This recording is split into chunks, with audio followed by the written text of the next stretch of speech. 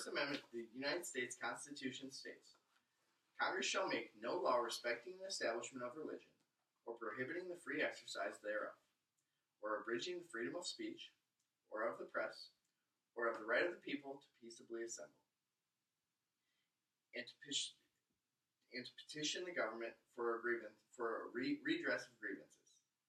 Over the past 100 years, there have been a number of controversies related to the type of speech that is protected under the First Amendment.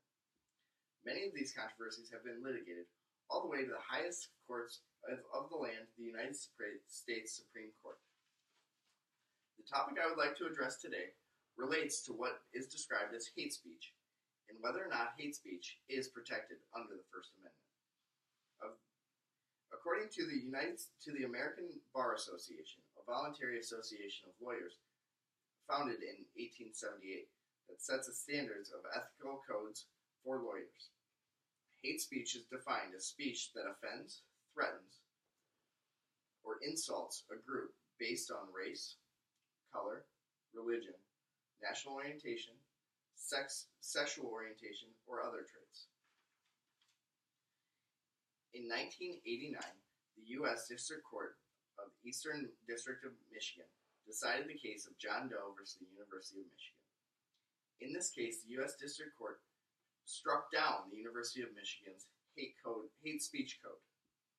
In response to several years of incidents of racism, racial harassment, and other incidents on the university's campus, including flyers being distributed all over campus declaring open season or hunting of blacks on campus.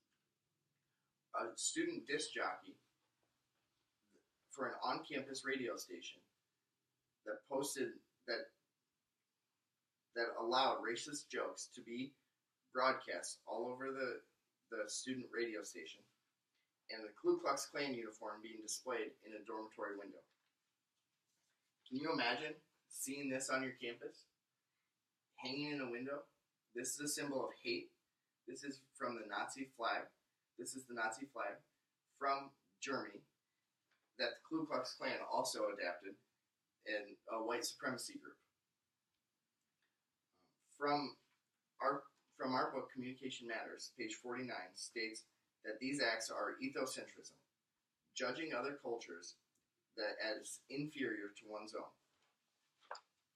The university's administration developed a policy that called for disciplinary actions towards any student for any behavior, verbal or physical, that stigmatizes or victimizes an individual based on race, ethnicity, religion, or a number of other circumstances.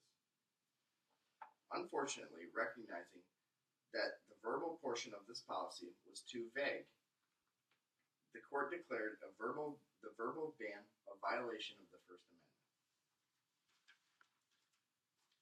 As a result of this ruling, the continued use of racial slurs are used today on college campuses as protected speech.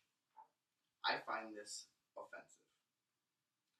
Just as an individual cannot shout fire in a crowded theater and escape persecution from causing a riot on the basis of exercising free speech, I don't believe causing emotional pain or verbally offending someone with the use of racial statements or terms should be considered any less harmful than a physical act of causing a riot.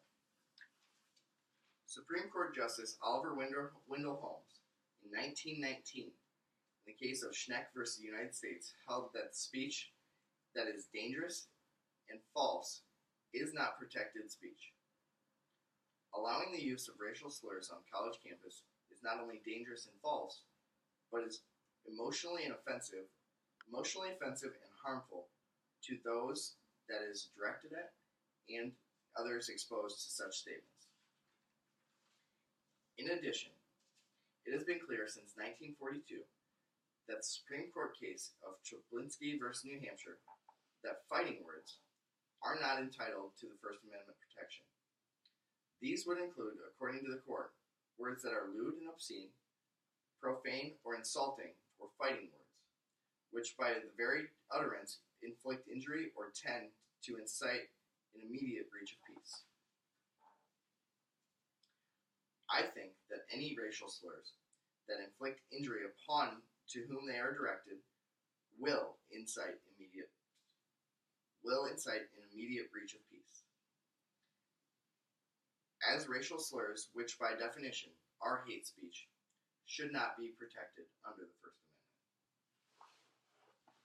Amendment.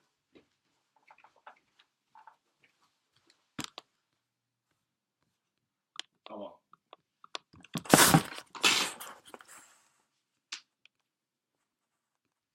How'd we do? Like 6 minutes? 5:30.